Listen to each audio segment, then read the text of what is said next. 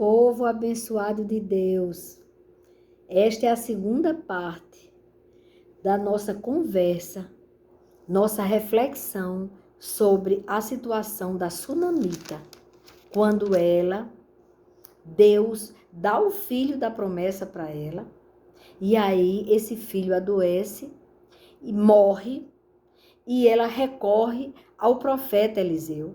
Ela vai até onde ele está, e ela responde que vai tudo bem. Ela responde a Geazi, mas quando ela chega diante do homem de Deus, ela se prostra aos pés dele. E ele ainda Geazi tenta tirar aquela mulher, pela atitude dela. Talvez até para ele tenha parecido desrespeitosa. Mas aí o profeta diz, deixa-a, porque ela está com o coração amargurado. E aí ela explica que foi a morte do filho, né? E é porque ela diz para ele que ela não pediu esse filho. Que ela pediu que ele nem enganasse, não dissesse que ela ia ter o filho. Porque era um filho que ela achava impossível ter. Mas Deus, na sua infinita misericórdia e bondade, deu a esta mulher determinação. Ela era uma mulher com muitas qualidades. Ela era uma mulher generosa. Ela tinha dinheiro, mas pensava no outro, na situação do outro, na necessidade do outro. E ela acolheu Eliseu e Geazi. Ela pediu ao esposo para fazer um lugar de repouso para ele, para o profeta. E aí, a continuação, não é? Ela, quando ele manda Geazi ir com o bordão dele, ela disse, não, Senhor, eu não vou deixá-lo. Então ele viu que ele era quem tinha que ir. Que era a presença dele que ela estava precisando. E foi.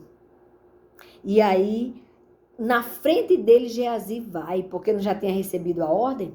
Então Geazi vai, corre para ver se aquela criança volta a viver, para que aquele feito, né, seria alguma coisa que ia marcar a história de Geazi. Mas a gente tem que deixar a glória única e exclusivamente para o dono dela, o autor da vida.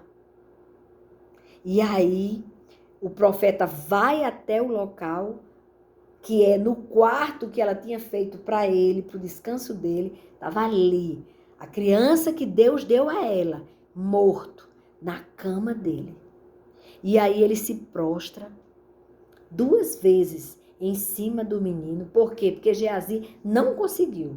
Geazi tenta, vai na frente, atropela, vai na frente e não consegue. Porque é Deus quem faz. E não havia nele a presença real de Deus, senão ele teria conseguido.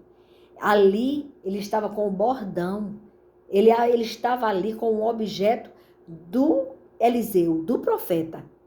Mas ele não era digno de operar diante de Deus, de servir a Deus. E aí ele volta frustrado e diz, a criança não acordou.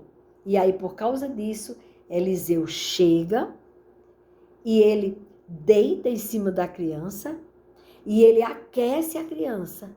A criança é aquecida, mas ainda não volta. E aí o profeta, naquela angústia, ele vai e anda no quarto e volta e faz a mesma coisa. Coloca o seu corpo por cima do corpo da criança. E ali, o Senhor, o autor da vida, devolve àquela criança a vida. E ele entrega à mãe. Eis o teu filho. Então veja que Deus pode estar dizendo hoje para você. Conte comigo. Se está tudo bem na angústia, conte comigo. Porque vai ficar bem mesmo. Não murmure. Não fique naquela posição de vítima. de oi, não está dando certo, e agora? Fiz o que? E agora o que é que eu vou fazer? E agora, recorre a Deus. Faz como a sunamita, vai lá. E se alguém perguntar como você está nesse tempo que você está correndo para os braços do Senhor, para Ele te socorrer, você vai encontrar refrigério, sim. Mas porque você vai passar esse tempo glorificando a Deus. E se alguém perguntar se você está bem, diga de todo o seu coração: estou bem, porque eu deixei aquela promessa nos braços do Pai, nas mãos daquele que resolve. Esta é a posição que agrada a Deus. Então ela vai e aquele filho é devolvido. Aquele filho volta à vida. E ele, isso é no capítulo 4 de 2 Reis. Quando você chega no capítulo 7, você vai ver que no capítulo, terminou o capítulo 7, aqui tem umas coisas, mas eu quero fazer o mais rápido possível, porque infelizmente eu não tenho instrumentos bons para fazer um vídeo só, não, infelizmente é limitado e eu tenho que falar rápido, mas eu queria mostrar a grandeza de Deus, como Deus usou Eliseu. E aí, olha só, quando chega no capítulo 4, aconteceu do menino. A promessa veio, depois o menino ressuscitou, porque o menino faleceu e Deus devolveu. E aí, quando chega no capítulo 8, Eliseu falou àquela mulher, cujo filho ele havia restaurado a vida, dizendo: levante-se e saia daqui com os membros de sua casa e fique peregrinando onde você puder peregrinar, porque o Senhor determinou que haverá uma fome neste país, a qual irá durar 7 anos. Olha o privilégio de quem é agraciado por Deus, de quem olha o povo de Deus com respeito. Ela tinha isso. Ela admirava, ela respeitava aquele homem que era um homem santo. Porque o que é andar em santidade é separado do mundo. O ser santo é ser separado do mundo. E esse homem vai e abençoa novamente a vida da sunamita. Deus avisou para ele que ia ocorrer uma fome de 7 anos, duraria 7 anos, e Deus poupou aquela mulher. Então, antes que ela perdesse tudo naquela fome terrível, ele vai e avisa, e ela aí tem condições de ir para outro lugar, passar 7 anos em outro lugar. E olhe, gente, que a fome foi tão terrível. Chega a angustia você ler o capítulo 8. Você vai ver que uma vez o rei rasgou as vestes, desesperado, quando ele ouviu o depoimento de uma mulher. Essa mulher chamou o rei, ele ia passando, e ela chamou o rei para reclamar, reivindicar ao rei que aquela outra mulher tinha enganado ela. Olha que tragédia, que coisa horrível, que extrema pobreza, que extremo desespero. Elas tinham combinado que ela daria o filho para que elas comessem, para não morrer de fome. E ela mata o filho, come o filho com aquela mulher. Porque a mulher disse: quando for no outro dia, eu mato o meu filho e nós comemos juntas.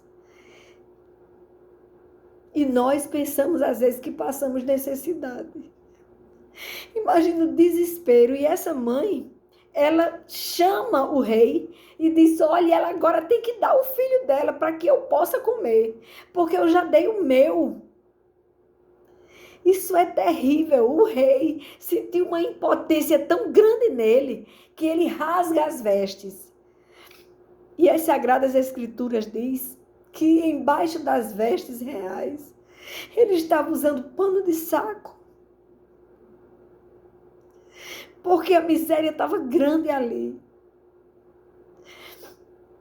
Porque o povo, quando se afasta de Deus, é só sofrimento.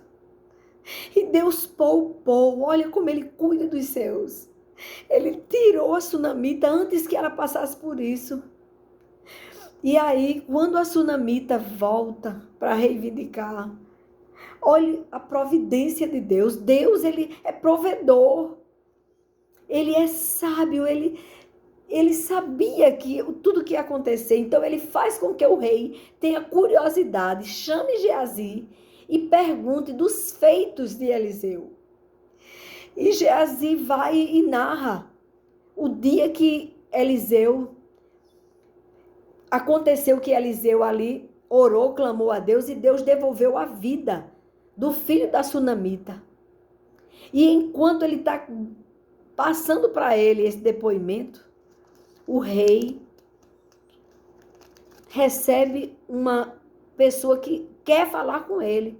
Alguém procurou por ele. Quem? A sunamita. E ele chega para ela e ele pergunta, é verdade? Porque Geazi, na hora que vê a sunamita, diz ao rei, era essa mulher e era esse o menino. Foi esse o menino que voltou à vida. E aí o rei fica impressionado com aquilo. E ela diz o que foi receber. Ela disse, eu vim para pedir o que é meu, minha casa, meus bens. E ele não só devolveu a casa e os bens àquela mulher. Ele disse aos homens, deu ordem, dizendo, faça com que lhe seja restituído tudo o que era dela. Inclusive todas as rendas do campo, desde o dia em que deixou a terra até agora. Ele deu muito mais do que ela tinha pedido. É assim que Deus faz. Ele faz uma pessoa, ele usa pessoas para te devolver aquilo que foi tirado de você. É assim que Deus faz. Essa mulher teve de volta tudo, só que também, muito mais do que ela queria, a renda de tudo que eles conseguiram no campo dela. Ela ficou com muito mais dinheiro. Sabe por que Deus permitiu isso para ela? Porque Deus conhecia a generosidade do coração dela. Ele sabia, porque a pessoa que tem dinheiro só para si, que tem amor ao dinheiro e que não quer dar ninguém para não ficar um pouquinho menos rica, essa pessoa, Deus, ele não vai dar tanto para essa pessoa, porque é para condenação dessa pessoa. Porque essa pessoa não tem generosidade. Agora, a pessoa que ele sabia que a sunamita era, ele deu foi mais do que ela tinha e do que ela foi pedir de volta. É assim que Deus faz. É assim que Deus faz. Porque ela não murmurou. Ela nem chegou a dizer ao esposo que o filho tinha morrido. Porque ela era uma mulher que confiava em Deus. Você precisa crer. E você só vai crer se você estudar a palavra de Deus, as escrituras sagradas. Por isso que há uma perseguição tão grande contra o livro mais atual do mundo, a Bíblia Sagrada. Ele é de ontem, hoje, amanhã e eternamente. Ele fala de tudo. Ele fala de um Cristo, o único Cristo, aquele que morreu por nós. E a própria história geral, ela tem que dizer, ela tem que confessar isso. Antes de Cristo e depois de Cristo. Cristo, ele veio para cumprir aquilo que as Escrituras Sagradas, o Antigo Testamento, apontava. Que era necessário que o cordeiro fosse imolado para que aquilo que nos separava de Deus, o véu que nos separava, fosse rasgado, para que hoje você possa dizer: Senhor, eu estou passando esta necessidade, eu preciso disso.